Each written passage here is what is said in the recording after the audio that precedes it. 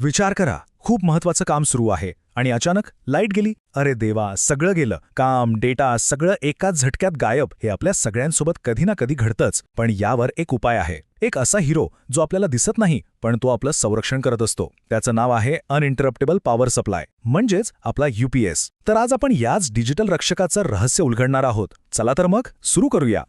तर आज आपण काय काय बघणार आहोत? आधी बघूया लाईट गेल्यावर नेमकं होतं काय. मग UPS, आपला डिजिटल लाईफगार्ड, तो आपल्याला कसा वाचवतो ते समजून घेऊ. त्याच्या आत डोकावून बघू की हा मॅजिक बॉक्स काम कसा करतो. मग त्याचे दोन प्रकार, ऑफलाईन आणि ऑनलाईन, यातला फरक काय आहे ते पाहू. आणि सगळ्यात शेवटी आपला UPS ऐनवेळी आपल्याला दगा देणार नाही यासाठी काय काळजी घ्यायची हे पण जाणून घेऊ. चला तर मग सुरुवात करूया त्या एका क्षणापासून जो आपल्या सगळ्यांच्या ओळखीचा आहे. विचार करा, आपण कम्प्युटरवर अगदी मन लावून काम करतोय. एखादा महत्वाचा रिपोर्ट फायनल स्टेजला आहे आणि स्क्रीन काळी पडतेय. एकदम शांतता, मनात धस्स होतं नाही का? आणि त्या एका क्षणात काय काय होतं? आपलं काम तर थांबतंच, पण जो डेटा सेव्ह केलेला नाही तो कायमचा गेला समजा. इतकंच नाही तर आपले महागडे कम्प्युटर, टीव्ही किंवा इतर इलेक्ट्रॉनिक उपकरणं सुद्धा खराब होऊ शकतात. पण थांबा, या समस्येवर एक जबरदस्त उपाय आहे.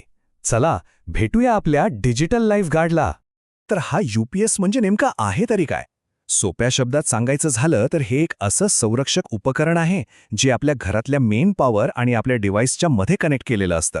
आणि ज्या क्षणी लाईट जाते त्याच क्षणी ते बॅटरीवर स्विच होऊन आपल्या उपकरणांना चालू ठेवतं, एकदम अखंडपणे. आता इथे एक गोष्ट लक्षात घेणं फार महत्वाचं आहे. एक मोठा गैरसमज आहे. UPS म्हणजे काही इन्व्हर्टर नाही जो तासनतास बॅकअप देईल. नाही, त्याचा मुख्य उद्देश हा आहे की लाईट गेल्यावर आपल्याला इतका वेळ मिळावा की आपण आपलं सगळं काम व्यवस्थित सेव्ह करून आपलं उपकरण म्हणजे कॉम्प्युटर वगैरे सुरक्षितपणे बंद करू शकू. पण मग प्रश्न येतो की हे छोटंसं मशीन इतक्या फास्ट, इतक्या अचूकपणे हे सगळं करतं तरी कसं? चला या मॅजिक बॉक्सच्या आतमध्ये काय आहे ते बघूया. तर बघा, कुठल्याही UPS सिस्टीममध्ये ना 4 मुख्य खेळाडू असतात. एक टीमच आहे ही. रेक्टिफायर, बॅटरी, इन्व्हर्टर आणि स्टॅटिक स्विच, हे चौघे मिळून विजेच्या प्रवाहाचं एकदम परफेक्ट मॅनेजमेंट करतात. या पूर्ण प्रक्रियेला एक खास नाव आहे, डबल कन्व्हर्जन, म्हणजे 2 वेळा रूपांतरण.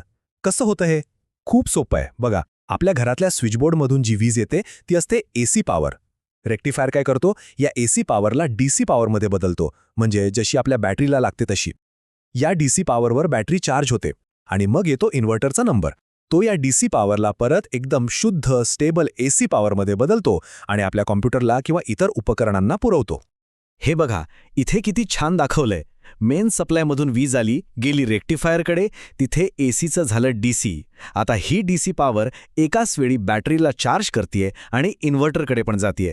आणि मग इन्व्हर्टर त्या DCचं परत शुद्ध ACमध्ये रूपांतर करून आपल्या उपकरणांना देतो. एकदम सरळ आणि सोपी प्रक्रिया. ठीक आहे, तर UPS काम कसं करतं हे तर आता आपल्याला कळलं. पण बाजारात याचे 2 मुख्य प्रकार मिळतात. चला त्यातला फरक काय आहे ते समजून घेऊया. इथे 2 चित्र दिसतायत. डावीकडचं आहे ऑफलाईन किंवा स्टँड बाय UPS. यात काय होतं, नॉर्मल परिस्थितीत वीज थेट आपल्या उपकरणाला जाते आणि लाईट गेल्यावरच तो बॅटरीवर स्विच होतो. या उलट उजवीकडचा आहे ऑनलाईन UPS. इथे गंमत वेगळी आहे.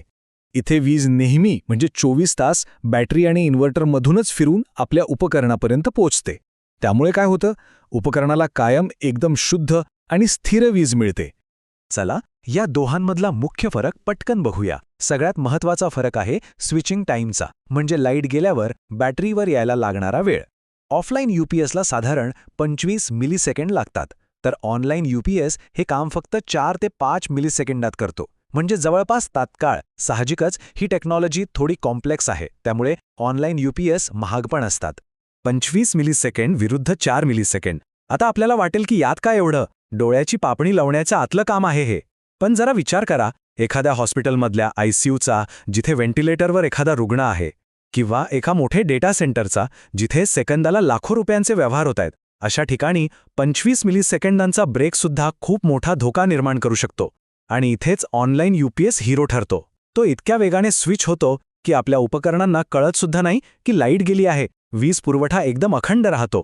चला आता आपण एका शेवटच्या पण अत्यंत महत्त्वाच्या भागाकडे वळूया, कारण UPS म्हणजे एकदा बसवलं आणि विसरून गेलो असं उपकरण अजिबात नाहीये.